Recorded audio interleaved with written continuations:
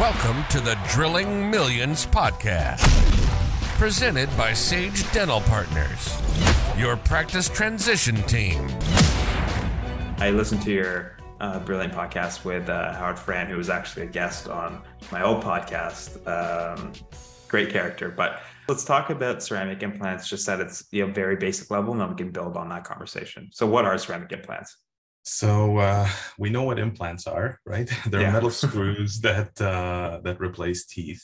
I'll give you a little bit of a history how I got into it, and it's kind of an interesting story because I fell into it too. So I started placing implants around 2006. I was trained with Dr. Carl Misch. He was very rigorous in terms of his training of how you should be doing things. And I stuck to it, right? So for 5 years, I really stuck to it. And then at the 5-year mark, I look back on things and I'm like, there's some things that happen with these implants that nobody really told me about. Like I was pretty good. I listened to the lectures. I went through everything, but these things lose bone. I'm getting screws that are loosening. I'm getting all these little problems that I knew were possible, but I didn't know were possible to that degree. So now I'm thinking to myself, do I suck? Like, is it me? Right? And around the same time, it's just kind of like when Facebook was kind of picking up, and I noticed some posts by these Spanish dentists, and they were looking at ceramic implants, which I've never heard about before. So I started messaging them, like, what's this about? How come we don't hear about these ceramic implants? And they're like, oh, we've been using it. There's a study now. It's 5 years. You can take a look at it. Are you interested in coming and seeing what they're all about? I'm like, sure. Where am I going to? Barcelona. Put me in. Yeah, don't have to ask me twice. Yeah. So that's when my journey into ceramic implants started. And it was really, to me, it was an alternative to what I was doing that potentially would give me less problems. Right. And I wasn't seeing a lot of problems, but I was seeing problems, just like the rest of us. The whole profession sees problems because, you guys are going to hear about peri-implantitis and all these issues. So ceramic implants offered me something that is different, something that would give me less problems. And also, as I realized in dentistry, it would give me something to differentiate myself with, right? Which is really, really important when you get into practice and you start realizing that we are in a profession that is very homogeneous. Everybody is almost the same around us. Like you go to a dental practice, what's the differences between one practice and another? Chair color. Yeah. So I realized quickly that ceramic implants are going to be a differentiator. And it was a risk. Like we said before, like, where do you take a risk? The risk to me was, hey, I'm going to start putting these in. And then all of a sudden, 2 years later, everything starts to break and I look like the biggest fool. I got to redo everything. So that was really a fear that I had. But having gone through and seen what these guys are doing in Barcelona and then some German guys, I was like, you know what? I'm convinced that this is it. And I am now 10, 11 years later, not regretting a moment of it. These implants are essentially, I had this conversation with a colleague at their Christmas party a couple of days ago. At the bone level, they're exactly the same as titanium. And then above the bone, where we're getting into the gums, you get a real different type of healing. You get a tooth. You don't get an implant anymore. You don't have little screws. You don't have connections. You really have a model of health, which is what I built my practice on. So what does the split look like? What % of dentists or implants are typically titanium, and then what part are ceramic, generally throughout the industry in Canada? So if I have to talk averages, out of 100 implants, 100 of them are titanium. No. It's a very low number. So worldwide right now, I think it's about 1%. There are some countries where it's higher. So Germany and Switzerland, they're hovering at about 5 to 7% of the implants are ceramic. It's still extremely low. There's not a lot of manufacturers that are really touting and pushing these implants out. Straumann is actually one of the first manufacturers that incorporated ceramic implants into their complete line, and that's going to start in 2024. So they have a line of titanium and a line of ceramic sort of being marketed at the same time. It's slow progression, but it's like everything. When you look at the history of implants in general, when implants started, everybody was doing 3-unit bridges. And everybody said, oh, these titanium implants, that's crazy. You don't want to put that, just put a bridge. So it's kind of the same transition that's happening now. And until it reaches critical mass, where more people realize that there's something to it, it's going to take time.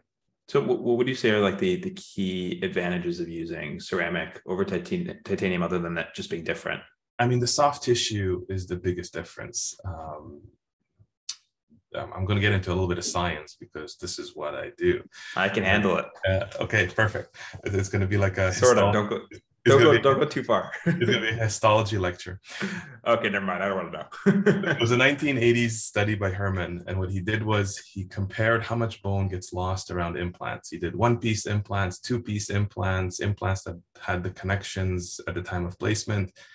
The outcome of the study was that 1-piece implants lose the least amount of bone. The problem with 1-piece implants is that they look like shit. Yeah. Right? Most of the time, when you have an implant that is like a 1-piece or a tissue level, you see metal, and that's a problem, right? Our patients are very, very astute to the aesthetics, and you can't leave gray lines, darkness, all these metal components. So if I could use a metal implant that was 1-piece and it would be aesthetic, I would be happy, right? But I can't. And this is where the ceramic comes in, because I can put a 1-piece implant. It has a white collar. It's going to look like a tooth, right? So I can have bone that is maintained around that implant. I can have a healthy gum, a healthy bone environment. And I can simplify the workflow. So the simplification of the workflow is very, very important, because you don't need components for the crowns. You don't need screws. You don't need analogs. You don't need a million pieces to get the job done. And that's where the many advantages of the ceramic implants come from. So they're typically this 1-piece, and you just drill it in and it's there. Drill it in and it becomes a tooth. It's not like the whole, like, okay, there's the female end, there's the male end. You first put the female end in, screw down. Like, it's just boom, in. Just 1-piece, boom. That's the implant. It's not an implant anymore. Like, once it heals, we treat it like a tooth. We don't really look at it as, oh, we have an implant. It's a tooth. You can prep it. You treat it like a crown prep. That's really what it is. And now, because most clinicians are used to titanium implants, now we're seeing the growth of 2-piece ceramic implants. So actually having the female and the male component, and that's becoming more prevalent as it's sort of being marketed to the users of the titanium implant. So that's coming out as well. Has some advantages, but not the advantages that I've been seeing out of the 1-piece implants. Have you seen some of those old implants from like the 20s and 30s and 40s, like back in the day? Where they're like full jaw, and yeah. Oh, the full jaw, yeah, those ones. There's, you know what? Surprisingly, there's still utility for those implants. There's some cases that those things still work, and today they are way simpler to make, because now off of CBCT, you can actually mill out those structures in titanium and then just put them in. Right? Because before you had to take impressions of the bone and do all these things, but today those types of implants are much easier, and in some cases they work. It's rare today with what we have, but there is some utility to those things. So the process of putting a ceramic implant in, it's still drilled in, right? Like fundamentally, it's still the whole like drill locking mechanism. Yeah. Okay. And you just basically drill it in and it's there. Like, there's no further steps required.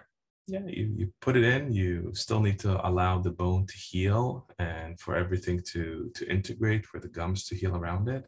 And then it's a simple prosthetic crown, right? So you've gone through your crown preparations. Imagine now you're looking at a prep. If you need to change it a little bit, move the margin here or there, and then take an impression or a scan, send it to the lab, and cement the crown in. Is it quicker than a traditional implant? Like, is it a time saver for the dentist? I think when you get really good at it, it's a time saver. Like everything, like when you start, the learning curve takes some time, but ultimately it is a time saver. It saves the patient some money because the prosthetics are less expensive. There's no componentry. And then in terms of healing of the actual implant, it's about the same as titanium is. So the bone treats titanium and ceramic the same, right? So why haven't they caught on? Is it just a cultural thing? People are used to titanium? So dentistry is a weird medical profession. I'm gonna this if I start talking about this, I might take 3 or 4 hours to Perfect, we got time. So we always think of dentistry as evidence-based, right? We always hear evidence-based. You're going through school, your evidence is there. There's always the articles, the science, everything behind it. I've been practicing for 20 years, and what I've realized is that dentistry is not evidence-based. Dentistry is based on what a guru told us to do, right? So we have gurus in dentistry, and these gurus work for companies. They sort of spread the word around about how things should be done. There's no science behind a lot of what we do, right? So let's say I'm going to go graft to build bone for an implant. Every single clinician out there is going to do it differently. If you go and need brain surgery, you better believe that brain surgeon, his colleague, and somebody in another country is going to perform that particular surgery the same way. We would hope so, because we want best practices. We know what works, but it's not like that in dentistry. So what happens in dentistry is that unless the gurus speak about ceramic implants and how great they are, right, then the acceptance of them is not going to be as high. The more gurus speak about it, the more it comes up, the more the belief is. The other problem with ceramic implants is the history. So in the 70s, we had a ceramic implant that was made out of alumina oxide, and that fractured. There was a lot of breakage. And the older clinicians, sort of the gurus of today, they still stick to those materials. So they're still thinking that the ceramics of the past are the ceramics of today, which they're not. Like today's ceramics are much different. So that leads to that group bias about the ceramics as well. Wow. So dentistry is just a big influencer market. We have a ton of dental influencers. Yep. That's how it works. And it always has. And people just follow the Kim Kardashian of dentistry. Yep. Interesting. Do you get a lot of heat, or do you get a lot of flack for going against the grain? All the time. Like it's the thing too with ceramic implants is that there's a very large natural holistic side to it, which that's not the way I practice necessarily, but you do get the flack about that type of practice when you're engaged in that field. So yeah, I mean, I hear it all the time. Or I guess I heard it more for 10 years. I think it's getting less and less, mainly because it's getting more accepted. There's more science being presented. We have data that is longer now. We got 10, 15-year data that shows that these things work, right? But it's not enough evidence yet, right? Because we don't have a breadth of time of 40 years like titanium does. But I think that in the next, and I always say this every couple of years, I always say in the next 5 years, in the next 5 years, you're going to see how it's going to change. But it does feel like things do tend to progress and change. And there's periodontists placing ceramic implants now, which 5-6 years ago, I wouldn't see any. But now there's more acceptance that the material works, that it can offer some advantages to our patients. Big picture, what do you think that's about? Because I speak to a lot of people in tech and even other industries like business and finance, and there's so much more, I don't want to call it, accepting of change, but might be accepting of change. They're a lot more, willing to accept that there's a better way of doing things. and they're much more willing to accept that, okay, the way that I have been doing it may not be the best way of doing it. What do you think that is in medicine and dentistry that people are very, very reluctant to change? I think in our first 5 to 10 years of practice, as we're learning the ways and acclimating ourselves to how we're going to be practicing into the future, we're open to new things. So this is the time where we're learning. We still keep an open mind. Once we set in our ways of how to do stuff, so after those initial 10 years, most clinicians don't change. So that's why you go to a practice that's been running for 30, 35 years, they're still doing their amalgams the same way, right? That even the amalgam compules haven't changed. Like you kind of stick to the same chair, the same light, the same composite, whatever you were doing, it does not change in most practices. You have the crust or the cream on the top that adapts, and those are the sort of the super GPs or the super clinicians, and they're open to change, and those are the clinicians that you hear about, right? These are the guys that we hear that they're moving the needle forward, but it doesn't happen because we set into a pattern. It's a predictable pattern, and that's just how we do things, and we're all guilty of it. And sometimes it's clinical, and sometimes it comes and presents itself more in the way we manage the practice and from a business sense, from running the actual business. And they're both bad because you always need to be open to how things evolve, how things change. Our world changes so quickly, quicker now than it has in the past. And you see it, you see how fast things develop. New ideas, new concepts, and we have to be agile to be successful. We just have to be. It's sort of funny because I used to work with a surgeon, and like our area of research was in robotic surgery. So I was sort of on that cutting edge of medicine for a long time, and I even saw people in medicine and surgery were more willing to adapt to change than people in dentistry. And I'm not saying, it could be, one argument could be made that it's the profession and the personality, and another argument could be made that it's the risk tolerance. But I would argue that a surgeon has a lot more risk than a dentist, right? Like there's a lot more that could go wrong in a surgery with like an open, chest, open stomach surgery than in a mouth.